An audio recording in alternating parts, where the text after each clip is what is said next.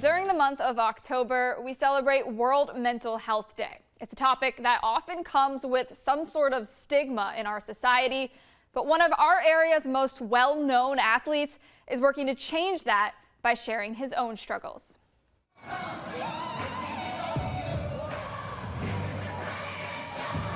You're known as the greatest showman.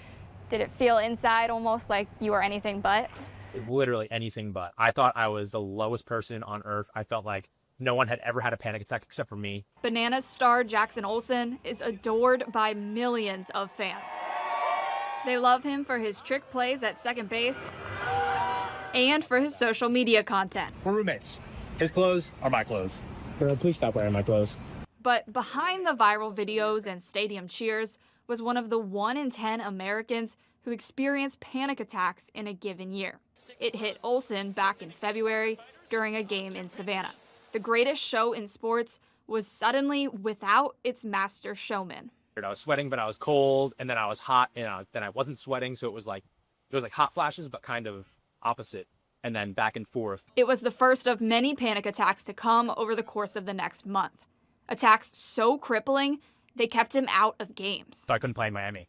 And I told everyone I was sick. I had to tell everyone, all the fans, what am I going to say? I'm big deal. Yeah, I'm having panic attacks, guys. Can't play today.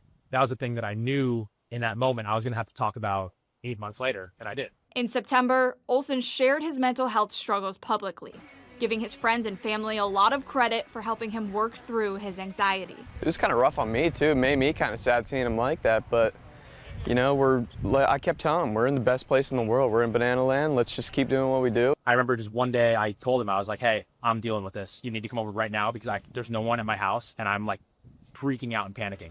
And he came right over. We talked about it and it kind of just like, all right, I have friends. That was the turning point for Olson. The uncertainty of the season, the pressure to make new content, and the other triggers of the panic attacks all subsided. A 180 he knew was worth sharing, despite any kind of stigma he might have faced. I've only thought about the positive, and all the comments, the thousands and thousands of comments that I got and messages were all positive. And so it's like, I already make fun of myself enough. Like, that's way worse than admitting that I have like problems that everybody else has. Since those darker days back in February, Olson says it's turned into the best year of his life. And you know you can't go back again to the world that you were living. As P.T. Barnum would put it, he's come alive. So come alive.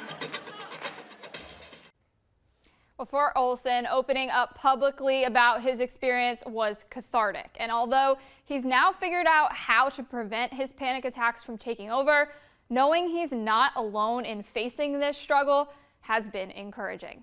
Stay with us. We'll have more on the other side of this break.